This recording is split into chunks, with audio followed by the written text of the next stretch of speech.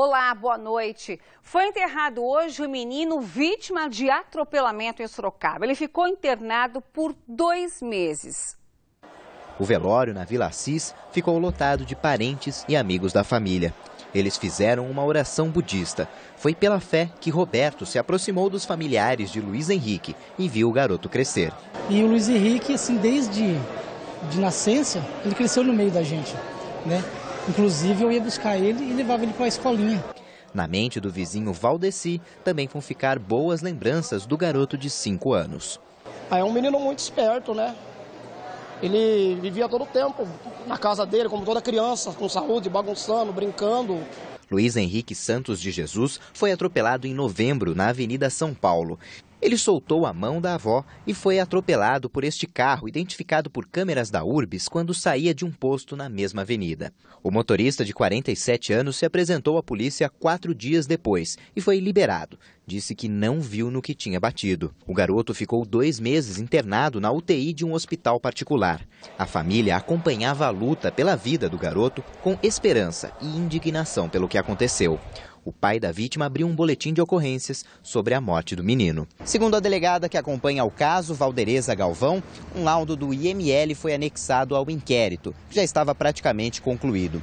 O motorista, que já tinha sido indiciado por lesão culposa e fuga do local do acidente, agora será indiciado por homicídio culposo, sem a intenção de matar, mas qualificado pelo agravante de não ter parado para prestar socorro. Bom, olha essa história que aconteceu no centro de Jundiaí. Um assaltante tentou roubar o celular do passageiro de um ônibus que percebeu que o bandido não estava armado e reagiu com um soco. Foi quando o assaltante deu uma desculpa, alegou que aquilo era uma pegadinha de televisão. Irritadas, as pessoas que estavam próximas ao local passaram a agredir o suspeito até que ele desmaiasse. A Guarda Civil Municipal foi chamada e o assaltante foi levado para onde ele merece, CDP de Jundiaí.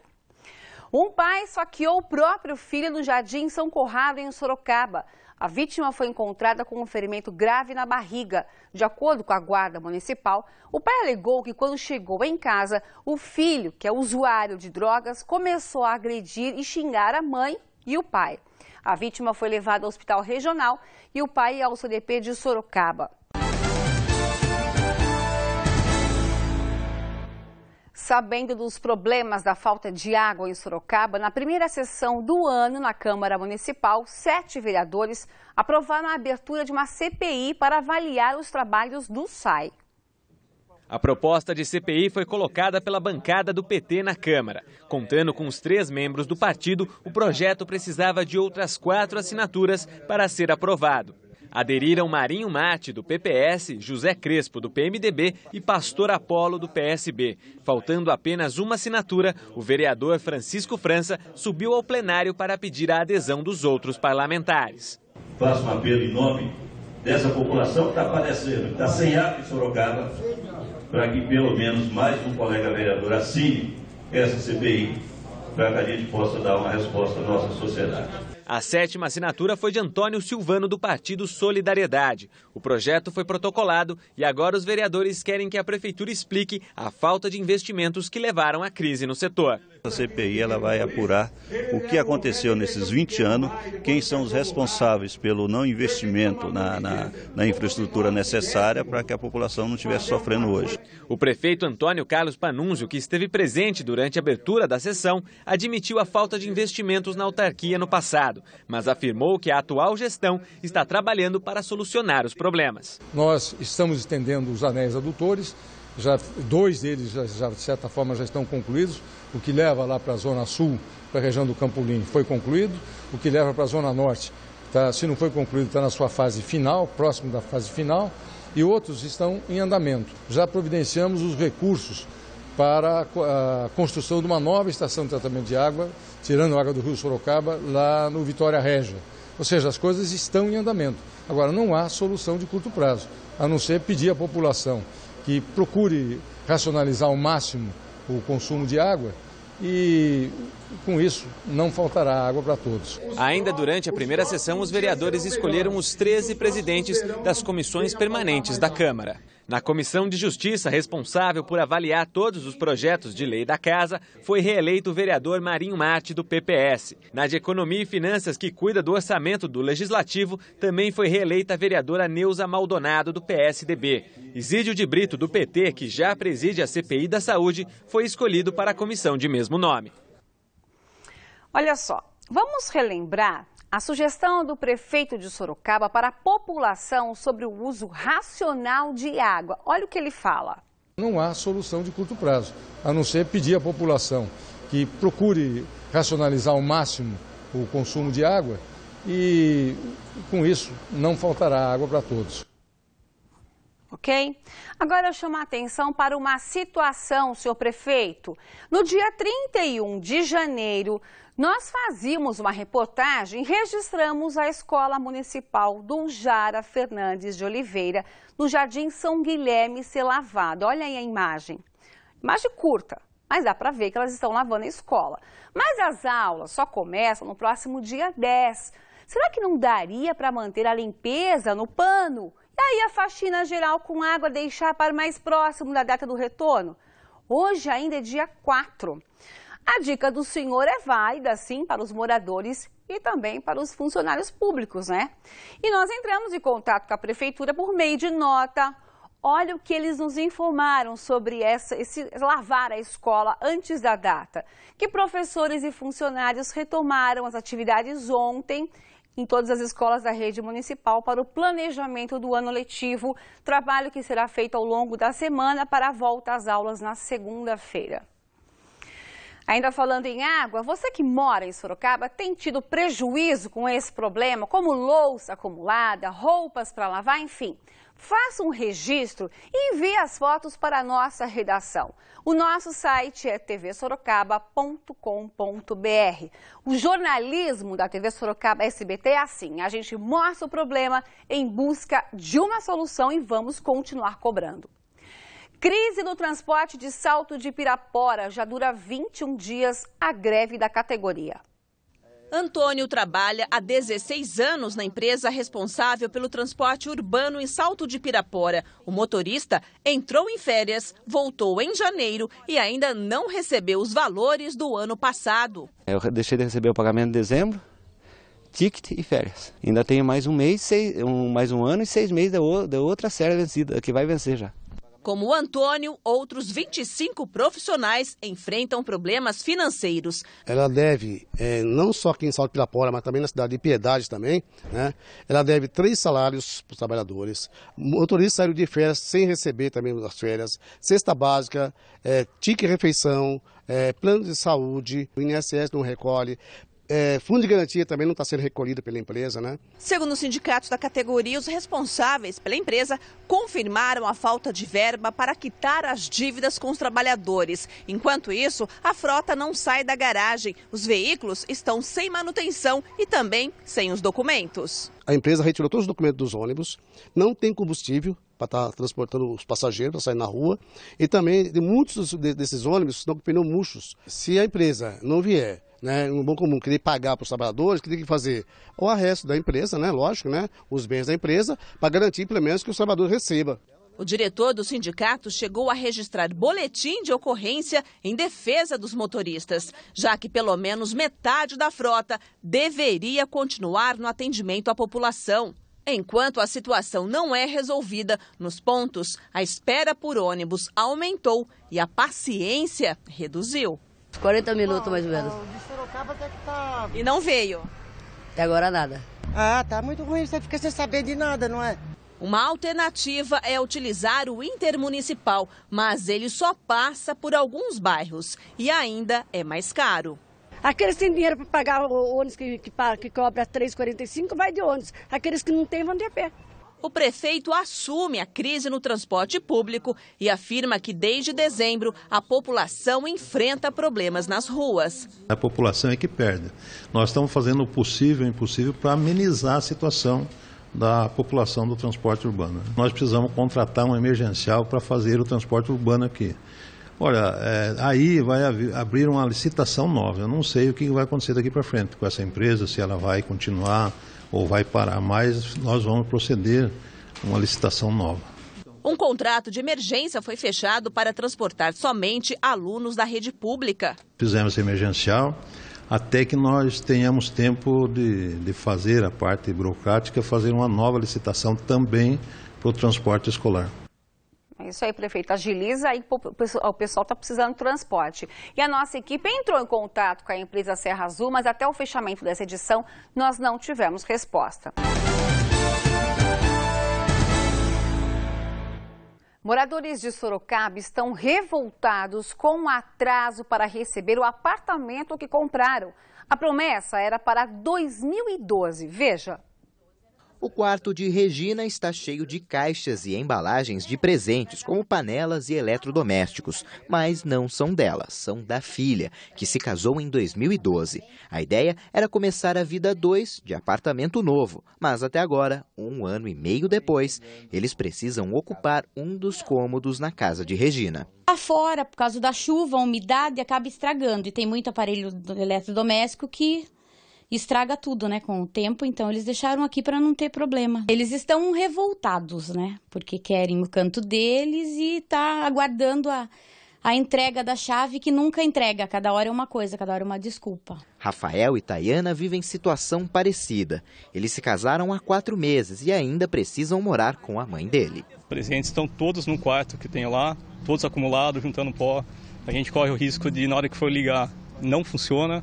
A gente já perdeu a garantia, então tem todo esse prejuízo que a gente está tendo. Eu acho que é um sonho, né? A gente casar, já ter a casa própria, já ter a casa arrumada. Acho que é por isso que a gente fez esse planejamento que infelizmente não aconteceu. Já Marcos mora de aluguel e a família vai aumentar. Está grato há 7 meses já, e novamente eu vou ter que me mudar de novo, porque eu já tinha entregado o contrato da casa onde eu estou. Estou procurando um outro apartamento agora para poder mudar. Vou ter que arcar com todos os custos de fazer um contrato, pagar multa, seguro fiança, porque eles não entregam um apartamento.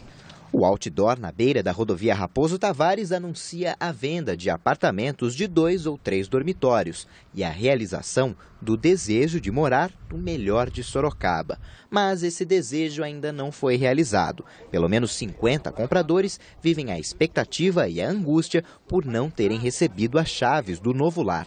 A venda de apartamentos começou em 2010. A previsão de entrega era julho de 2012. A data foi atrasada para novembro, depois para 2013 e agora para o dia 4 de fevereiro de 2014. Mas essa data também já foi cancelada. O condomínio no Jardim São Carlos teria 4 torres e uma delas precisou ser demolida por problemas na construção. Os moradores foram avisados que a falta de documentos motivaria o atraso.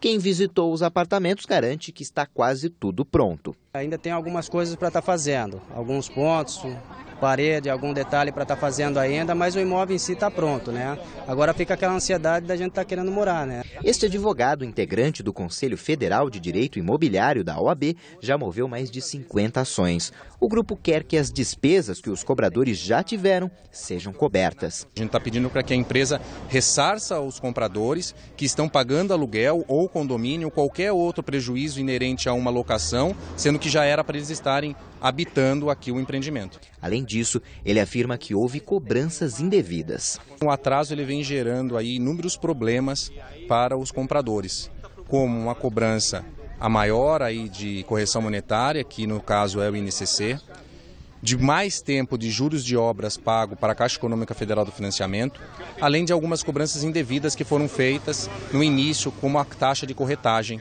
que deve ser paga pela construtora e incorporadora ao corretor de imóveis que foi por ela contratado e não para os compradores.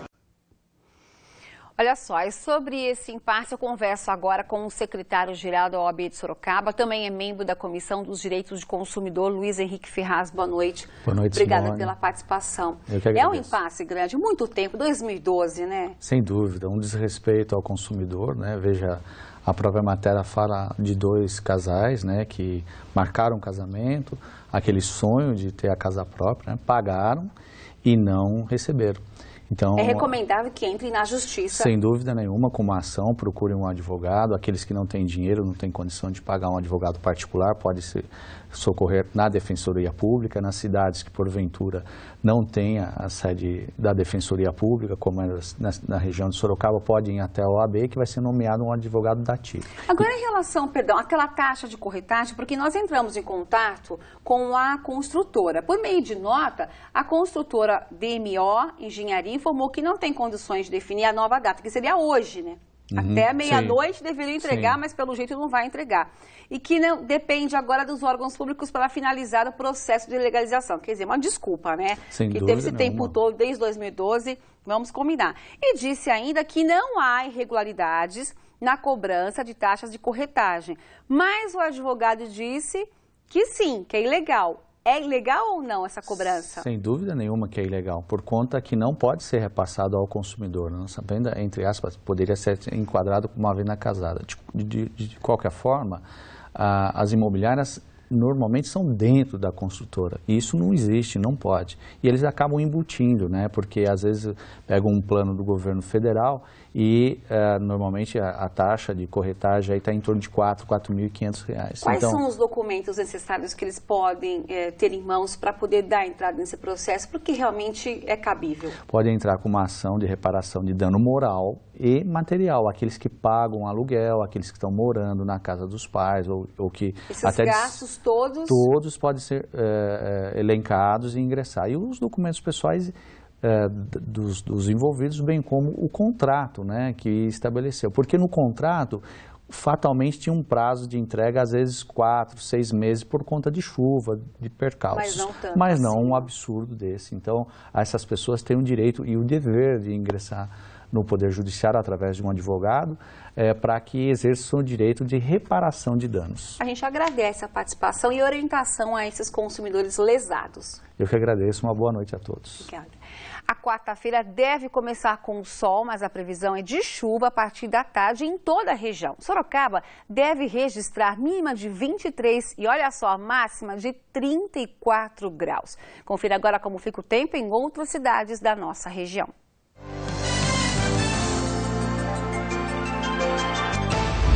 Em Itu, as temperaturas variam entre 23 e 34 graus. Mesma previsão para Jundiaí. Pilar do Sul registra a mínima de 22 e máxima de 33. Mesma máxima prevista para Itapetininga.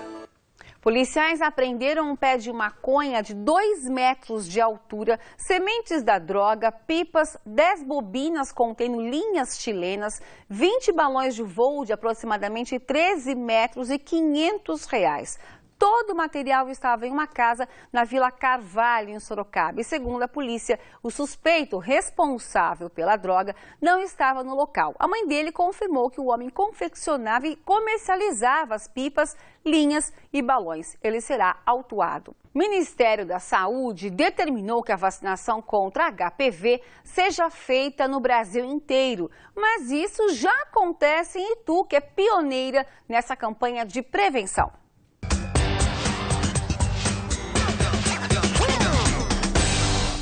A filha de Solange foi a primeira garota a ser vacinada na cidade. A mãe sabe da importância disso. Até então, nós não pensávamos sobre o HPV.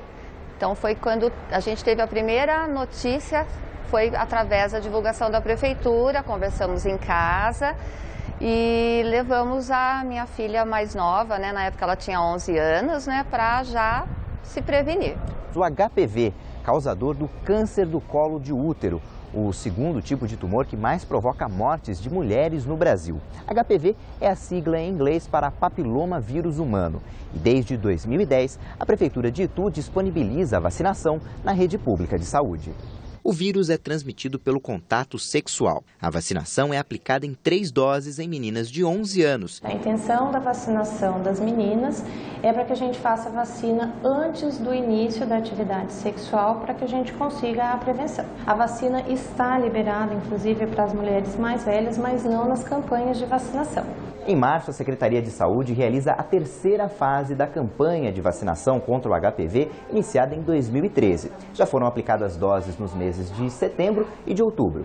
1.200 garotas devem ser imunizadas nas 15 unidades básicas da cidade. Segundo o secretário da pasta, para a eficácia do programa, foi fundamental que a vacinação fosse prevista em lei municipal. Quando nós começamos em 2010, algumas cidades fizeram, mas fizeram a campanha, vacinaram um ano só.